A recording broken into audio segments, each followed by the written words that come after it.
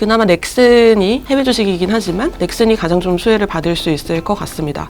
제가 2,800엔 선으로 지금 제시를 하고 있고요. 근데 던전앤파이터 모바일이 아마 지금 추정하고 있는 것 대비해서는 더 잘 될 가능성이 있어서 그거 이상으로도 볼 수 있을 것 같습니다. 목표 주가를.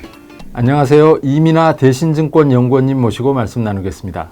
연구원님, 오늘 게임 산업 얘기해 주시기로 했는데요. 코로나 때문에 게임 시장이 굉장히 성장한 거 아닌가요? 네, 아무래도 코로나 발생 이후에 사람들이 이제 집에 머무는 시간이 증가하면서 전체적으로 모바일 게임의 이용 시간과 이용자 수 그리고 결제 수익 같은 것도 다 이제 전반적으로 증가한 것으로 파악을 하고 있습니다. 그러니까 코로나가 터져가지고 3월, 4월, 5월 뭐 이런 때 이제 게임 막 커진다 이런 얘기 있었는데 지금도 여전히 그런 성장세가 좀 이어지고 있나요, 게임이? 네, 여전히 과거 대비로는 뭐 작년 이맘때랑 비교했을 때 봐도 그때는 이제 코로나 영향이 전혀 없었으니까요. 올해 상반기 대비해서는 약간은 성장이 좀 둔화됐을 수는 있지만 작년 대비해서는 여전히 게임 전체적인 뭐 시장 성장은 더 이제 가속화되어 있는 상황입니다. 근데 이 게임도 여러 가지 종류가 있겠지만 모바일 게임이 일단은 주류인 거고 그 모바일 게임 시장에서도 또 국가별로도 차이가 있다고요? 네, 각국의 이제 흥행 게임 장르가 차이가 좀 있는데요. 그러니까 각국 유저들이 좋아하는 게임이 다 다르다는 거예요. 가장 큰 모바일 게임 시장인 중국 시장은 전통적으로 RPG를 굉장히 선호하는 시장이었는데 최근 들어서는 뭐 AOS 게임 왕자의 영요라는 게임이나 FPS 게임 화평정영 같은 게임으로 장르가 좀 다양화되고 있는 추세이고요. 그 다음으로 큰 미국 시장 같은 경우는 사람들이 굉장히 간단한 게임을 좋아해요. 퍼즐 게임, 뭐 카지노 게임 이런 것들을 즐기는 시장이고 일본 시장은 마찬가지로 RPG를 좋아하긴 하지만 중국 시장의 유저들이 굉장히 화려한 액션을 기반으로 하는 그런 RPG를 좋아하는 반면에 일본 유저들은 귀여운 캐릭터의 이런 캐주얼 RPG를 좀 좋아하는 그런 시장입니다. 한국은 어떻습니까? 한국은 이제 MMORPG만 많이 즐기는 시장이고요. RPG 중에서도 많은 사람들이 한데 모여서 같이 게임을 즐기는 MMORPG가 거의 매출 순위 상위권을 대부분 차지하고 있는 상황입니다. NC소프트의 리니지 M과 리니지 2M이 가장 많은 매출을 기록하고 있고요. 1등, 2등을 계속 유지하고 있고 그 외에도 넥슨의 바람의 나라 그리고 웹젠의 R2M 이런 게임들이 흥행하고 있는 시장입니다. 근데 이게 뭐 엉뚱한 질문이 될 수 있겠습니다만 RPG, MMORPG 뭐가 다른가요? RPG가 이제 기본적으로 롤 플레잉 게임이죠. 근데 그 앞에 붙은 MMO는 매시블리 멀티플레이어 온라인이거든요. 그래서 그냥 RPG 게임이라고 하면은 이제 캐릭터 하나를 계속 키우는 게임인데 혼자 할 수도 있고 여러 명, 뭐 몇 명이 모여서도 할 수 있는 게임이지만 MMORPG는 한 서버에 뭐 적게는 몇천 명에서 많게는 이제 10,000명 이상 이렇게 같이 모여서 게임을 하는 게 MMORPG라고 보시면 됩니다. 근데 이제 얼핏 보기에는 중국에서 MMORPG가 인기가 있을 것 같은데 중국 사람들 성향상 네. 아닌가 봐요. 한국인가 봐요. 중국도 과거에는 이제 MMORPG를 많이 즐겼던 시장인데 지금 최근 들어서는 좀 MMORPG가 이제 약간 이제 피로도가 좀 높아지고 너무 많은 MMORPG가 등장하다 보니까 이제 아까 말씀드렸던 왕자영요나 화평정영 같은 게임으로 이제 장르 다양성이 좀 높아진 상황이라고 보고 있습니다. 다시 한번 엉뚱한 질문을 좀 하자면 롤플레잉 게임인데 네. 그러면 옛날 사람이니까 다마고찌 뭐 이런 게 롤플레잉 게임인가요? 뭐 그렇게 볼 수 있죠.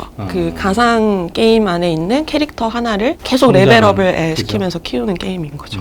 콘솔과 클라우드 게임이 화두가 되고 있습니까? 게임 업계에서? 뭐 전체적으로 모바일 게임 시장은 뭐 사실 코로나 때문에 성장이 가속화됐다고는 하지만 과거 대비해서는 성장이 많이 둔화된 상황이어서 게임 산업에 차기 성장 동력이 필요한 상황이고요. 그래서 이제 올해 11월에 소니의 플레이스테이션 5가 출시가 되고요. 마이크로소프트의 엑스박스 시리즈도 차세대 모델이 출시가 됩니다. 그래서 콘솔 게임 시장이 다시 좀 활성화될 거라는 기대가 좀 있는 상황이고요. 또 코로나 영향으로 이제 콘솔 게임은 집에서만 할 수 있으니까 성장이 좀 이제 가속화되고 있는 상황이고 5G 네트워크가 이제 보급이 되면서 클라우드 게임 굳이 이제 기기에 게임을 다운로드 받을 필요 없이 바로 이제 서버에 접속을 해서 게임을 할 수 있는 그런 클라우드 게임도 게임 시장의 차기 성장 동력으로 지금 손꼽히고 있는 상황입니다. 근데 이제 콘솔 게임은 하여간 그 게임 기계를 사야 되는 거고 옛날처럼 그래가지고 TV하고 연결하고 뭐 이렇게 하는 그런 게 콘솔 게임일 텐데 클라우드 게임은 PC에 다운받아서 이렇게 플레이하는 게 아니고 클라우드하고 접속해서 한다는 거에서는 큰 차이가 없어 보이는데요. PC 게임하고 어떤가요? 그러니까 콘솔 게임은 이렇게 뭐 콘솔 기기도 하나 있어야 기계가 되고 있어야 네, 그다음 컨트롤러도 있어야 그렇죠, 되고 컨트롤러가 있어요. 연결해야 되니까 기본적으로 이제 집에서만 즐길 수 있는 게임이죠. 근데 클라우드 게임 시장이 열리면 이제 우리가 밖에서도 스마트폰을 가지고 콘솔급의 고사양, 그다음에 대용량의 게임을 즐길 수 있게 되는 거예요. 다운로드를 받을 필요가 없이. 5G만 연결이 돼 있으면. 네. 예전에는 이제 콘솔급의 게임을 즐기려면 콘솔 기기가 반드시 필요했는데 지금은 뭐 글로벌 IT 업체들이 출시하고 있는 클라우드 게임 플랫폼 보면은 컨트롤러만 따로 팔기도 하거든요. 스마트폰이랑 컨트롤러만 이제 가지고 있으면은 친구 집에 가서 컨트롤러만 들고 가서. 그리고 이제 폴더블 이런 것들이 되면은 콘솔급의 게임을 모바일에서도 이제 즐길 수 있게 되는 거죠. 그러면 연구님 말씀 들으면 콘솔 게임하고 클라우드 게임 사이의 그 경계도 약간 느슨하네요. 네, 이제 클라우드 게임 시장이 열리면 플랫폼 간의 경계가 좀 허물어질 것 같아요. 그래서 클라우드 게임이 콘솔 게임을 좀 가져올 수도 있는 거고 PC 게임이랑도 카니발라이제이션, 약간 서로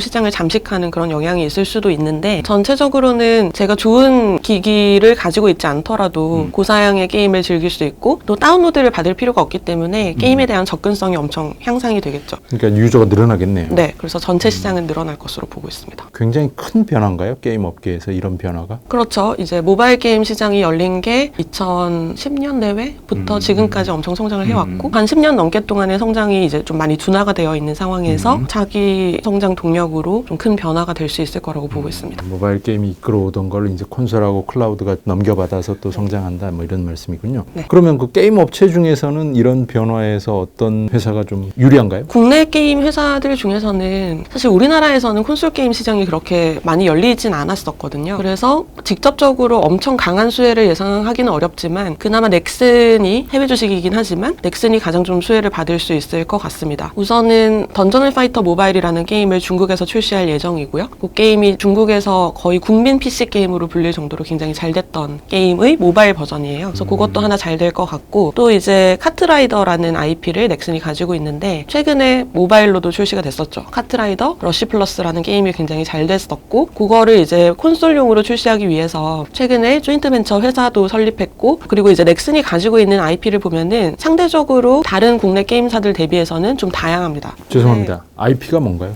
지적재산권이요. 네, 그래서 넥슨이 가지고 있는 걸 보면은 던전 앤 파이터, 그다음에 뭐 마비노기 시리즈도 있고요. 그다음에 카트라이더, 피파 뭐 이런 것들까지 가지고 있는 회사기 때문에 상대적으로 다양한 IP를 가지고 있다는 점에서 향후에 차세대 콘솔 시장 그리고 클라우드 게임 시장이 열리게 되면은 가장 좀 수혜가 클 것으로 예상을 하고 있습니다. 그러니까 넥슨이 가지고 있는 기존 그 게임들은 주로 모바일용이었는데 그게 이제 콘솔이나 클라우드에도 적용이 될 수 있을 거다. 네. 혹시 넥슨 목표 주가 이런 거 제시를 하고 계신가요? 제가 2,800엔 선으로 지금 제시를 하고 있고요. 근데 던전 앤 파이터 모바일이 아마 지금 추정하고 있는 것 대비해서는 더 잘 될 가능성이 있어서 그거 이상으로도 볼 수 있을 것 같습니다. 목표 주가를. 혹시 넥슨 주가 흐름 이렇게 조금 설명해 주실 수 있나요? 어땠는지? 넥슨 주가는 쭉 올라서 현재는 이제 멈춰 있는 상황이고요. 대략 어느 선인가요? 현재 2,500~600엔 정도 선이고 8월 13일 날 원래 던전 앤 파이터 모바일이 중국 시장에 출시될 예정이었어요. 근데 출시하기 전날 게임 내에 청소년들이 게임에 과몰입될 수 있는 그런 거를 방지하는 시스템이 없다라는 이유로 출시가 좀 딜레이가 중국 정부에서? 네, 그래서 좀 지연된 상황이고요. 아직까지 명확한 출시 일정이 나오지는 않았지만 그 게임이 이제 8월 13일 날 나오기 직전까지 주가가 굉장히 좋았었거든요. 기대감을. 네. 그래서 그 일정이 다시 정해지면 모멘텀이 살아날 것으로 보고 있습니다. 근데 혹시 지금 시장에서 그러면 언제쯤 이게 될 거라고 시장에서 예상하는 건 있나요? 어떤가요? 그거는 사실 시장에서 예상하기는 좀 어렵고요. 던전 앤 파이터 모바일 공식 홈페이지에 몇 월 며칠 날 출시할 거라고 다시 공지가 올라오는 거를 기다려야 하는 상황이고 당초에 처음에 이제 딜레이가 됐을 때는 그 게임 내에 과몰입을 방지할 수 있는 시스템을 뭐 한 2주에서 한 달 정도면은 개발이 가능할 거라고 생각을 했었고 그러고 나서 출시 일정이 다시 나올 거라고 생각했었는데 지금 이제 한 2달 정도 딜레이가 된 거죠. 그래서 시장에서는 그냥 공지가 올라오기를 기다리고 있는 상황입니다. 그러면 중국 시장에서 이게 큰 히트를 보일 거라고 지금 예상이 되는 거죠? 네. 금액적으로 굉장히 큰가요? 어떤가요? 만약에 제대로 성과를 내면. 원래 던전 앤 파이터 PC 게임이 중국에서 매년 1조 정도의 매출을 기록했던 게임이었고요. 근데 모바일은 생각해보면 사람들이 훨씬 더 접근하기가 편하고 또 밖에 돌아다니면서도 할 수 있고 이러니까 동일한 IP 기반의 모바일 게임이 나오면은 PC 게임 대비해서 훨씬 더 매출이 크게 나오는 경향이 있어요. 국내 NC소프트가 리니지 PC 게임을 모바일로 옮겼을 때 PC 게임 대비해서 거의 한 3배 정도의 매출을 이제 기록했던 그런 경험도 있어서 마찬가지로 던전 앤 파이터 모바일도 PC가 1년에 1조 정도 벌었으니까 모바일은 그 이상 벌 수 있을 것으로 기대를 하고 있습니다. NC소프트였나요? 방금 말씀하신 게? NC소프트는 이제 리니지라는 게임 출시한 근데 그 사례로만 보면 3배였으니까 네. 이것도 뭐 1조 원이었는데 이게 2~3배가 되면 그것도 엄청난 금액이네요. 네, 그럴 수 있을 것 같아요. 충분히. 그러면 넥슨은 하여간 이 던전 앤 파이터 모바일 게임에 대해서 이제 재료가 있는 거고 사실은 아까 말씀해 주신 콘솔 콘솔하고 클라우드 게임 분야에서도 넥슨이 또 중장기적으로 좀 네. 수혜를 볼 수 있다 뭐 이렇게 해석을 할 수 있나요? 네, 맞습니다. 넥슨 어떻게 투자를 접근하는 게 좋을까 이런 걸 궁금해 하실 것 같아요. 네, 네. 어떤 조언을 해주실 수 있나요? 넥슨을 살려면 어떻게 그러니까 해야 뭐 돼요? 지금 아까 말씀하신 대로 지금 지연됐던 그 게임 출시 시기가 나오면 다시 모멘텀이 살아날 수 있고 네. 하니 뭐 지금 예를 들어 들어가서 좀 있다가 그 모멘텀을 이용해서 수익을 보고 뭐 그런가요? 어떤가요? 네. 제가 항상 게임주들 같은 경우는 주가가 만약에 신작을 출시되기 전에 신작에 대한 기대감을 선반영한 경우에는 그 선반영할 때 트레이딩 전략으로 좀 전에 지금 사서 출시하기 전까지 트레이딩으로 수익을 보고 출시하기 전에 좀 팔자는 의견을 제시를 하고 있어요. 그래서 기대감이 선반영되어 있는 경우에는 출시 시점이 되면 잘 되면 다행이지만 안 되면 이제 빠질 수 있는 실망하니까. 그런 리스크가 생기기 때문에 출시하기 직전에 매도하는 전략을 추천드립니다. 그러면 넥슨은 이미 선반영이 된 상태인가요? 어떤가요? 반영이 되고 있었는데 현재는 좀 멈춰 있는 상황이고 제대로 반영은 안 된 상태다. 충분히 반영은 안 된 상태다. 뭐 이렇게 해석할 수 있나요? 조금 더 반영될 수 있는 여지가 있다. 남아 있다고 보고 있습니다. 지금까지 이민하 대신증권 연구원님 모시고 말씀 나눴습니다. 감사합니다.